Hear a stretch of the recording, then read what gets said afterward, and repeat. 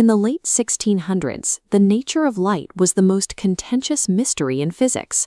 Two titans of science held conflicting views.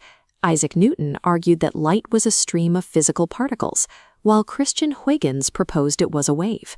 Newton detailed his corpuscular model in his book Optics.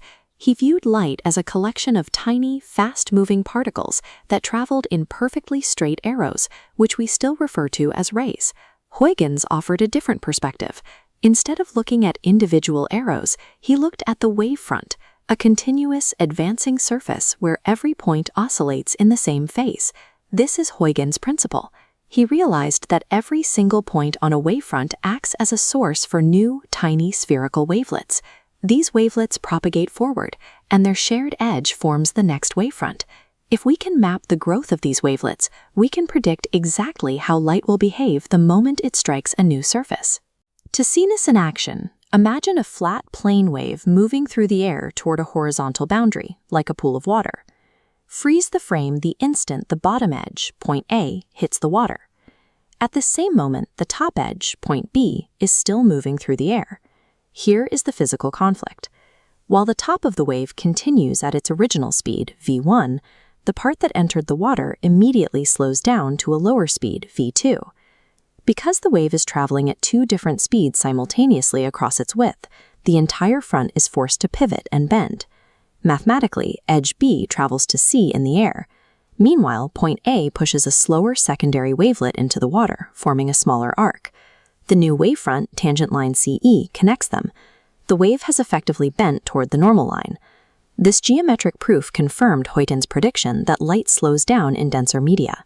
Newton's particle model had predicted light would actually speed up, an idea that experiments eventually proved wrong. This microscopic lag in the wavelets is the physical reality behind the refraction we see daily. The same logic applies if we swap the water for a mirror. Instead of passing through, the wave will now bounce back. When point A strikes the mirror, it generates a wavelet that heads back into the original medium at its original speed, v. Because the speed hasn't changed, the reflected wavelet from point A grows at the exact same rate the top of the wave approaches the mirror. The distance it bounces back is identical to the distance point B still has to travel. We draw our tangent line once more to identify the reflected wavefront, CE, as it moves away from the surface. Because the incoming and outgoing distances are equal, the triangles formed against the mirror are congruent. This proves geometrically that the angle of incidence must equal the angle of reflection.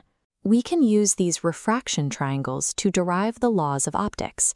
The sine of the incident and refracted angles are just ratios of the speeds and the common distance across the surface. By combining these ratios, we arrive at Snell's law. The index of refraction in the first medium times the sine of the angle equals the same constant for the second.